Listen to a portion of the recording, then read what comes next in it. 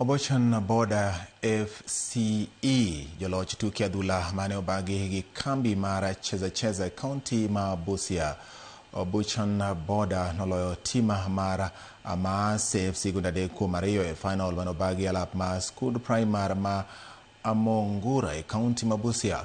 Kopogore gi kelo kanyakla timbe tugo tuke mag adhula, kambino notiyo gi thuolono mar lando kwe nyarita makare ka ekindeno bende kambino nochiwo ne jotugo mich mopogore lep tugo kaachiel kod jackets mag riembo apiko ne joriembo apiko bende. Because I've been facing many challenges and we really craved for you guys to come and join us. Busia County na Western inatoa wachezaji wengi sana.